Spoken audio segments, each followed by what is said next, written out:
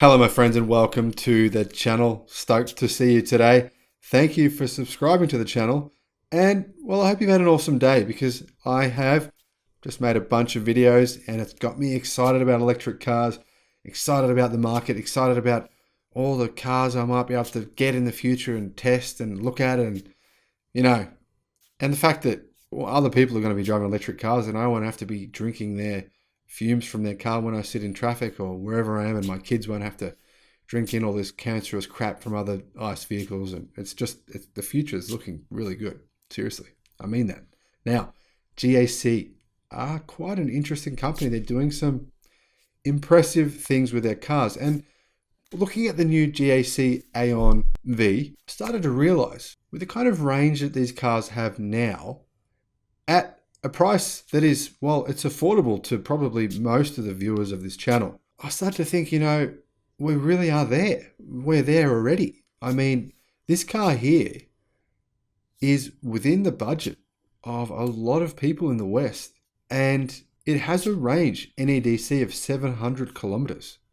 I mean, that's probably a real world range of at least 580 kilometers. There's no way you need more than that. I mean, there's just no way you need more than 580 kilometers of range in the real world. You could drive, you can drive 5 hours on that. No one wants to drive more than 5 hours without stopping and having a break and stretching their legs and getting a bite to eat.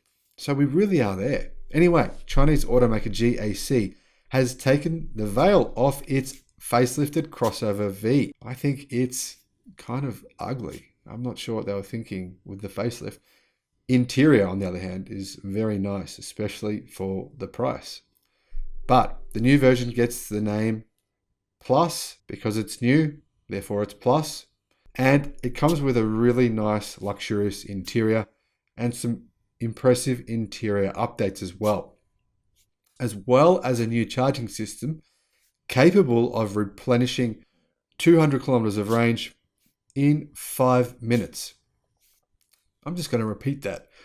200 kilometers of range in 5 minutes. That's 124 miles, by the way. Now, we're there, aren't we? It's there. We're hitting that inflection point. Not going to be long now. I was reading an article today on Clean Technica about how Toyota can pivot and they're going to sell PHEVs and hybrids, and that's all they need to do. Just sell those for the next, 5, 7, 8 years, and therefore they'll be okay and they won't have any problems. And it's just ridiculous. Why would you buy a PHEV? Why would you want a car with a petrol engine in it? You're carrying a petrol engine for no reason, saying it's the best of both worlds. It's the worst of both worlds. It's a joke. Anyway, this electric soft-roader is 4.65 meters in length, so similar to the Tesla Model Y in size, 1.92 meters wide, and 1.7 meters tall. And it has a wheelbase of 2.8 meters or 2,830 millimeters. Now, to give you those numbers in imperial, it's 182 inches long, 75 inches wide, 67 inches tall, and 111 inches between the axles. Now, the front bumper is a bit simpler, and Aion claims it drew inspiration from Star Wars characters to come up with a new design. I don't see any resemblance between Star Wars characters. Can any of you tell me the resemblance? Which characters are they talking about? Anyway, doesn't matter. Inside, the large two-part display is gone. I think it looks better with this new design. The digital dashboard and the touch-enabled infotainment system are now separate from each other, and the latter now measures 15.6 inches in diameter. So this is probably the largest touchscreen that I've seen in a vehicle in this sort of price range, 15.6 inches. It's actually a bigger touchscreen than what is in any European vehicle right now. Yep. I'm not talking about these big long screens where they have multiple different displays in them, but I'm talking one display. It's the largest of any European. It's not European, but it's bigger than any European luxury cars. Pretty cool. Now, the giant display is meant to make the center console buttons obsolete, somewhat similar to the way that happens in a Tesla Model 3 or Tesla Model S. But to make it easier for you to use this, the actual steering wheel has buttons on it so that you can actually use those like you do in a Tesla to click between different functions on the touchscreen. Makes a lot of sense to me. Now the air vents have been reshaped, but other than that, no other changes that I can see on the interior.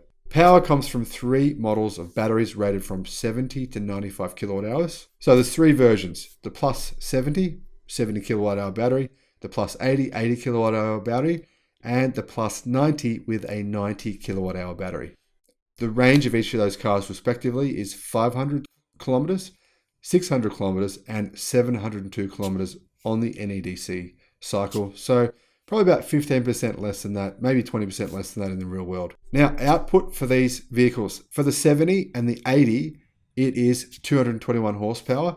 And for the 95, it's 271 horsepower. That equates to 163 kilowatt in the base model and the mid-range model, and 200 kilowatt in the top range model. What about the price, you say? Well, the price of the base model is $26,700 US. $26,700 US. It's just staggering. How can they do this and make a profit? I don't know. It's amazing.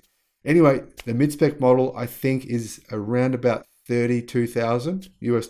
The top range model is $37,000 US exactly. Now, that top range model, 700 kilometers of NEDC range, 200 kilowatt electric powertrain, 15.4 inch touchscreen, pretty much all the features that you would want in a luxury car.